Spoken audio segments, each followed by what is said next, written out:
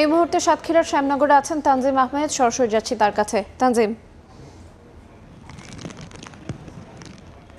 সময় যত গড়িয়েছে ঘূর্ণিঝড় রিমেলের প্রমাত্ম রূপ তত দেখছে উপকূলবাসী। এই মুহূর্তে রাত 1টা ক্রস করেছে এবং ঘূর্ণিঝড় রিমেলের যে প্রভাব সেটি তীব্রভাবে বিরাজমান সাতক্ষীরার উপকূল জুড়ে। আমরা এই মুহূর্তে যে সাতক্ষীরা শ্যামনগর উপজেলার নীলডুবুর এলাকায় রয়েছি, সেখানে কিন্তু তীব্র বেগে আসলে ঘূর্ণিঝড়ের যে প্রভাব সেটি দেখা যাচ্ছে। যদিও কিছুক্ষণ আগে সাতক্ষীরা রেঞ্জ কার্যালয় থেকে আমাদেরকে জানানো হয়েছে মান্দারবাড়ি যে ফরেস্ট ক্যাম্প, এখান থেকে 80 কিলোমিটার দূরে রেঞ্জ কর্মকর্তা জানিয়েছেন যে সেখানে ঝড়টি থেমে গিয়েছে, সেখানে পানি রয়েছে, কিন্তু এর প্রভাব কিন্তু আসলে আমরা দেখছি এই যে সাতক্ষীরার উপকূল জুড়ে শ্যামনগর আবাসনী এলাকা সেখানে তীব্রভাবে বিরাজ করছে। অর্থাৎ এখানে আসলে আমরা ছবিতে একটু দেখানোর চেষ্টা করছি ঠিক কিভাবে নদীতে পানিটা আশ্রে পড়ছে তীরে, এবং গাছ এত প্রচন্ড বাতাস যে তার ফলে কিন্তু এই যে গাছপালাগুলো ধুয়ে পড়ছে আসলে বলতে হবে। এবং পানি আসলে ক্রমান্বয়ে প্রতি ঘন্টায় ঘন্টায় বলতে হবে যে পানি এক এক ফুট করে বাড়তেছে। অর্থাৎ কিছুক্ষণ আগে আমরা যে স্তরে পানি ছিল তার চেয়ে অন্তত 1 ফুট পানি বেড়েছে। অর্থাৎ এই যে পূর্ণিমার যে ভরা জোয়ার চলছে, এই জোয়ারের মধ্যে ঘূর্ণিঝড়ের যে প্রভাব, এর ফলে কিন্তু ফুলে ফেপে উঠছে নদীগুলো। প্রতিটি নদী বিপদ সীমার কয়েক ফুট উপর দিয়ে আসলে পানি প্রবাহিত হচ্ছে।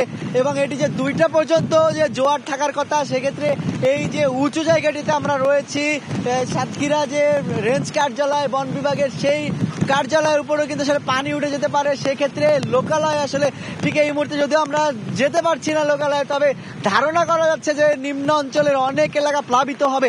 অর্থাৎ এত বেশি উচ্চতার পানি যে সন্ধ্যার সময় যেসব জায়গায় কম উচ্চতার পানি ছিল, এর চেয়ে নিচে ছিল পানি, ঠিক সেই সময়টিতেও কিন্তু খুলনা, বাগেরহাট, সাতক্ষীরার বিভিন্ন এলাকা প্লাবিত হয়েছে।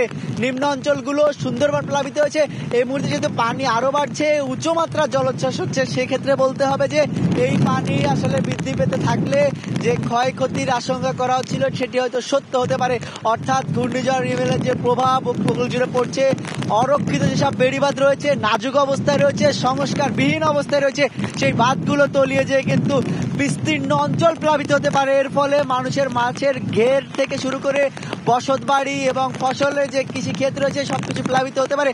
এবং স্থানীয় যে মানুষরা রয়েছেন আবারও তারা অর্থনৈতিকভাবে একটি ক্ষতির মুখে পড়তে পারেন বলে যারা এখানে রয়েছেন স্থানীয়রা আশ্রয় কেন্দ্রগুলোতে, সাইক্লোন শেল্টারগুলোতে আশ্রয় নিয়ে যে মানুষেরা রয়েছেন, তারা আমাদেরকে এই শঙ্কার কথা জানিয়েছেন। তারা আসলে বলছেন তারা একদিকে শঙ্কিত, একদিকে ভীত, একদিকে উদ্বিগ্ন। অর্থাৎ এত কিছু একসাথে সংমিশ্রণ। এজন্যই যে তারা বলছেন প্রতি বছর মে মাসে কোনো না কোনো দুর্যোগ আশ্রে পড়ে, কোনোটি হয়তো বিপুল বিক্রমে, কোনোটি হয়তো ছোট পরিসরে। তবে এই যে ঘূর্ণিঝড় রিমেলের আঘাত, সেটি যদি এর আগে এক দশকে যেসব 8টি ঘূর্ণিঝড় আঘাত এনেছে, এর মধ্যে 2-1টি বেশ বড় ঘূর্ণিঝড় ছিল। সেই ঘূর্ণিঝড় যদি বড় আকারে যে আশ্রে পড়ার কথা দেখা যাচ্ছে, কারণ বিভিন্ন জায়গায় আমরা খবর নিয়ে জেনেছি অনেক অঞ্চল এলাকায় কিন্তু উপকূল এলাকায় বাঁধ ভেঙেছে, গাছপালা ভেঙেছে, বিদ্যুৎ বিচ্ছিন্ন হয়েছে কয়েকটি জেলার লাখ লাখ মানুষ। সে কারণে কিন্তু এটিও আসলে বড় একটি ক্ষতির জায়গা দাঁড় করিয়েছে। এবং সকাল হলে আসলে যেহেতু রাত, এখন নির্ঘুম রাত কাটছে মানুষের আশ্রয় কেন্দ্রগুলোতে, সকাল হলে আসলে বোঝা যাবে ঘূর্ণিঝড় রিমেলের যে আঘাত সেটি আসলে উপকূলে কতটা প্রভাব ফেলবে এবং এর ফলে ঠিক কি ধরনের ক্ষয়ক্ষতি হবে। যদিও ধারণা করা হচ্ছে যে এটির প্রভাবে কিন্তু বেশ কিছু ক্ষয়ক্ষতি হবে। অর্থাৎ বিকেল থেকে এর আগে দুপুরবেলা যে জোয়ার ছিল, সেই জোয়ারেও কিন্তু বেশ কিছু এলাকা প্লাবিত হয়েছে, বেশ কিছু ঘের বাড়ি ভেসে গিয়েছে, রাস্তাঘাট ভেঙেছে, বাঁধ ভেঙেছে। এর ফলে এখন যেহেতু জোয়ারের পরিমাণটি আরো বেড়েছে এবং এই জোয়ারের যেহেতু উচ্চতা বাড়ছে এবং ক্রমান্বয়ে এটি তার শক্তিও বাড়াচ্ছে। যদিও বলা হচ্ছে যে ঘূর্ণিঝড়টি হয়তো উপকূল অতিক্রম করবে, কিন্তু সেই অতিক্রমটি আসলে কতক্ষণ নাগাদ করতে পারে সেই বিষয়টি কিন্তু আসলে শঙ্কিত রয়েছেন স্থানীয় মানুষ। তারা বলছেন যে এই যে তীব্রতা আসলে আমরা দেখানোর চেষ্টা করছি, ঠিক চারিদিকটা আমি আমার হয়তো দেখাতে পারছি না। আমি আমার সহকর্মীকে অনুরোধ করছি ঘুরে দেখানো যায় কিনা আসলে ঠিক কি পরিমাণ প্রমত্তা হয়ে উঠেছে এই যে নদীটি এবং বন সংলগ্ন এলাকাটি। এর পাশে কিন্তু আসলে শুধু এই নদীটি নয়, যে সব নদী রয়েছে উপকূলে বেশিরভাগ নদীতে ঠিক একই রকমের চিত্র এবং প্রতিটি নদী ফুলে ফেপে উঠেছে। এবং যেসব যে মাছ ধরা নৌকাগুলো আসলে বিভিন্ন জায়গায় নিকটে সংরক্ষণ করে রাখা হয়েছিল, সেগুলো আসলে হয়তো ভেসে যাওয়ার ওটা যে উপক্রম তৈরি হচ্ছে। আমরা দেখছি যে সব যারা রয়েছেন আসলে তারাও বলছেন যে এই ধরনের রিমেলের যে প্রভাব আসলে এটি যেহেতু জোয়ারের সময় এসেছে, এটি যেহেতু জোয়ারের সময় এসে পড়েছে সেক্ষেত্রে কিন্তু এটি এক ধরনের বেশি ক্ষতির কারণ হয়ে দাঁড়িয়েছে। অর্থাৎ প্রথমে যে ধারণা ছিল আবহাওয়া অধিদপ্তরের বিশ্লেষণ অনুযায়ী সন্ধ্যা 6টার দিকে এটি আঘাত আনার কথা ছিল উপকূলে, সেক্ষেত্রে সন্ধ্যা 6টার দিকে যে উপকূলে আঘাত হানার কথা ছিল সেই সময় যদি ভাটার টান ছিল সেক্ষেত্রে কিন্তু এত বেশি পানির চাপ হতো না। কিন্তু যেহেতু 10টার পরে এটি সম্মুখভাগ এবং মূল কেন্দ্র আসতে পড়তে শুরু হয়েছে, এর ফলে কিন্তু এই জোয়ারের একদম ঠিক জোয়ারের সময় এটি সংগত কারণে এই পানির উচ্চতা বেড়েছে এবং এবার নদীগুলো কিন্তু ফুলে ফেপে উঠছে এবং নিম্ন অঞ্চল প্লাবিত হচ্ছে এবং এর ফলে যেসব বাঁধ রয়েছে নাজুক অবস্থায়, অর্থাৎ খুলনা, বাগেরহাট, সাতক্ষীরাতে যে 2000 কিলোমিটার বেশি বাঁধের মধ্যে 51 কিলোমিটার অন্তত অধিক ঝুঁকিপূর্ণ সেই বাঁধগুলোতে কিন্তু আসলে ভেঙে পড়লে যেসব বিস্তীর্ণ এলাকা প্লাবিত হয়ে জানমালের ক্ষয়ক্ষতির আশঙ্কা করছেন। তো এই ছিল আমার কাছে সাতক্ষীরার উপকূল থেকে ঘূর্ণিঝড় রিমেলের আঘাত আনার যে খবর তার সর্বশেষ। আমরা এখন যেতে চাই কুয়াকাটাতে, সেখানে রয়েছে না আমাদের সহকর্মী শিকদার জাবির, সরাসরি যাচ্ছি তার কাছে। এটি এখন কিন্তু স্থলভাগে আঘাত হানতে শুরু করেছে। এই মুহূর্তে পটুয়াখালীর খেপুপাড়া, কুয়াকাটা এই অঞ্চলে আঘাত হানছে ঘূর্ণিঝড় রেমাল। এ কারণে তীব্র ঝড়ো হওয়া, সেই সঙ্গে রয়েছে বৃষ্টি, আর কুয়াকাটা সমুদ্র সৈকতে বড় বড় ঢেউ আছড়ে পড়ছে। আসলে আপনারা দেখতেই পাচ্ছেন কুয়াকাটা সমুদ্র সৈকত এলাকাতে বড় বড় ঢেউ আছড়ে পড়ছে। আসলে এতক্ষণ জোয়ার ছিল, জোয়ারের তীব্রতার কারণে পানির উচ্চতা আরও বেশি ছিল। এই মুহূর্তে জোয়ারের তীব্রতা কমে যাচ্ছে, ভাটা লাগতে শুরু করেছে, যার কারণে কিন্তু পানির উচ্চতা একটু কম দেখা যাচ্ছে। তবে আরও 1 ঘন্টা 2 ঘন্টা আগে জোয়ারের তীব্রতা ছিল, প্রচণ্ড ঢেউ ছিল, ঢেউয়ের তাণ্ডব ছিল। এসব মিলিয়ে উপকূলের নিম্নাঞ্চল প্লাবিত হয়েছে। আমরা খোঁজ নিয়ে জানতে পেরেছি পটুয়াখালীর বিচ্ছিন্ন দ্বীপ রাঙ্গাবালী উপজেলার চর মন্তাজ, চালিতাবুনিয়া, চর আন্ডা, চর কাশেম সহ বেশ কয়েকটি চরাঞ্চলে 4 থেকে 5 ফুট উচ্চতার পানি বৃদ্ধি পেয়েছে। সে কারণে উপকূলের নিম্নাঞ্চল কিন্তু প্লাবিত হয়েছে, আর মানুষের মধ্যে একটা আতঙ্ক বিরাজ করছে। উপকূলের বাসিন্দারা সাইক্লোন শেল্টার গিয়ে আশ্রয় নিয়েছে এবং এখনো পর্যন্ত কিন্তু উপকূলের মানুষ নির্ঘুম রয়েছে। ঘূর্ণিঝড় আঘাত হানছে, আঘাত হানার কারণে আসলে উপকূলে কি ধরনের ক্ষয়ক্ষতি হয় সেটি কিন্তু উপকূলবাসী, সেই ভয়ে কিন্তু উপকূলবাসী আছেন। তো প্রতিবারের যে ঘূর্ণিঝড়, এই ঘূর্ণিঝড়ে পটুয়াখালীর উপকূলে সবচেয়ে বেশি আঘাত হানে, পটুয়াখালীর উপকূলের মানুষ সবচেয়ে বেশি ক্ষতিগ্রস্ত হয়ে থাকে। সে কারণেই কিন্তু আসলে এই অঞ্চলের মানুষের মধ্যে এই মুহূর্তে আতঙ্ক বিরাজ করছে। বিগত দিনে সিডোর, আইলা সহ বেশ কয়েকটি যে ঘূর্ণিঝড় ছিল সেই ঘূর্ণিঝড় উপকূল লণ্ডভণ্ড করেছে।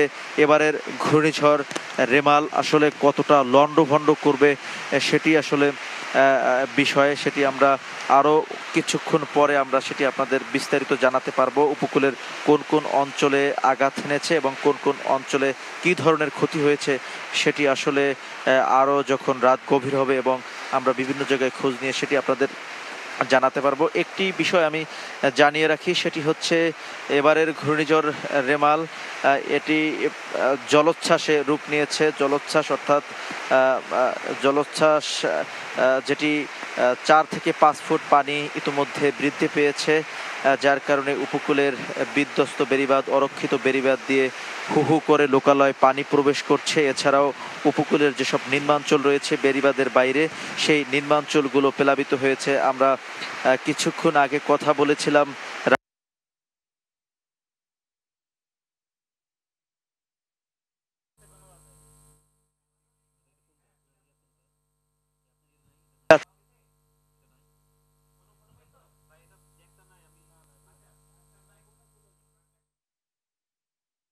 বা জানমালের তেমন কোনো ক্ষতির আশঙ্কা নেই।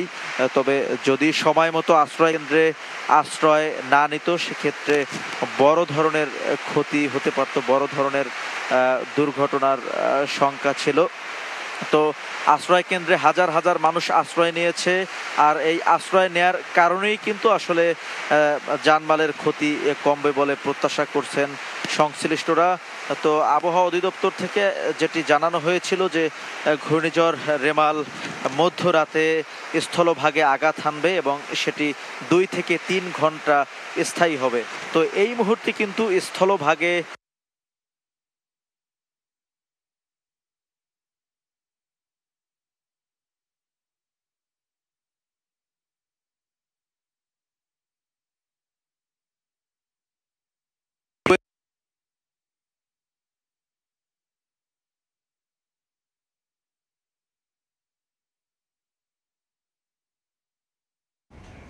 আমরা সরাসরি যুক্ত ছিলাম কুয়াকাটার সমুদ্র সৈকত থেকে, সেখান থেকে যুক্ত ছিলেন সহকর্মী শিকদার জাবির, এবং শুরুতে ছিলাম সাতক্ষীরা থেকে, সেখান থেকে যুক্ত ছিলেন সহকর্মী তানজিম আহমেদ। ঘূর্ণিঝড় রেমালের প্রভাবে দেশের বিভিন্ন জেলায় বৃষ্টি হচ্ছে। এই মুহূর্তে চট্টগ্রামের লালখান বাজারে আছেন রিপোর্টার শফিকুল আলম এবং খুলনার মৌলভীপাড়ায় আব্দুল্লাল মামুন রুবেল। সরাসরি প্রথমে যাচ্ছি শফিকের কাছে। সাধারণত বড় ধরনের কোনো ঘূর্ণিঝড়ের 3টি প্রভাব লক্ষ্য করা যায়। একটি হচ্ছে ভারী বৃষ্টিপাত, জলোচ্ছ্বাস এবং বাতাস। চট্টগ্রামে এই মুহূর্তে যেটি লক্ষ্য করা যাচ্ছে সেটি হচ্ছে ভারী বৃষ্টিপাত হচ্ছে, যেটি আশঙ্কার কারণ হয়ে দেয়, মাথা ব্যথার কারণ হয়ে দেয়। কারণ চট্টগ্রামে কিন্তু ভারী বর্ষণ হলে পাহাড় ধসের একটি সম্ভাবনা থাকে। কিছুক্ষণ আগে কিন্তু জেলা প্রশাসক আবুল বাশার মোহাম্মদ ফখরুজ্জামান আকবর্ষা এলাকা, বিভিন্ন পাহাড়ি এলাকায় কিন্তু সেখানে যারা বসবাস করছে এরকম প্রায় 2000 পরিবারকে বিভিন্ন জায়গায় সরিয়ে নিয়েছে। গত 15 বছর চট্টগ্রামে বিভিন্ন পাহাড় ধসে চট্টগ্রাম বিভাগে প্রায় 350 মানুষের মৃত্যু হয়েছে এবং আপনি দেখতে পাচ্ছেন এখন ভারী বৃষ্টি হচ্ছে। সেক্ষেত্রে চট্টগ্রামে যে পাহাড়গুলো রয়েছে, জেলা প্রশাসনের তথ্য মতে 26টি পাহাড় রয়েছে ঝুঁকিপূর্ণ, যেখানে 50,000-এর বেশি পরিবার বসবাস করছে। এই পর্যন্ত 2000 পরিবারকে তার আশ্রয়কেন্দ্রে নিয়ে যাওয়া হয়েছে। আপনাকে জানিয়ে রেখে ছামাত আন্তর্জাতিক বিমানবন্দর সব ধরনের ফ্লাইট উঠানো বন্ধ রয়েছে এবং বঙ্গবন্ধু টানেল যেটি একেবারে যে গাড়ি ঘোড়া একেবারে যে গাড়িতে সেখানে ভেতরে গাড়ি চলাচল একেবারে বন্ধ রাখা হয়েছে। এবং এর আগে কিন্তু কিছুক্ষণ আগে চট্টগ্রামে যে পতেঙ্গা যে সমুদ্র সৈকত রয়েছে, যেখানে জেলেপাড়া রয়েছে, সেই জেলেপাড়া 2টি জেলেপাড়া কিন্তু পরিদর্শন করেছে জেলা প্রশাসক মোহাম্মদ আবুল বাশার ফখরুজ্জামান।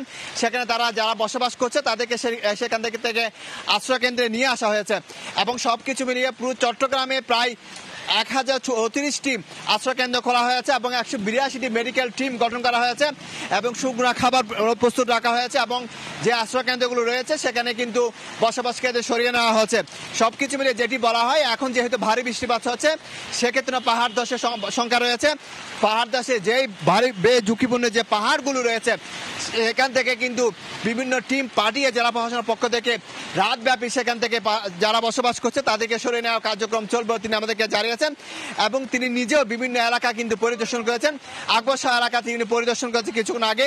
সেখান থেকে যারা ঝুঁকিপূর্ণ বসবাস করে তাদেরকে সরিয়ে নেওয়া হয়েছে এবং তারা বলছে যে আজকে সকাল থেকেই বিভিন্ন বিভিন্ন পাহাড়ের ঢালে বসবাস করছে ঝুঁকিপূর্ণভাবে।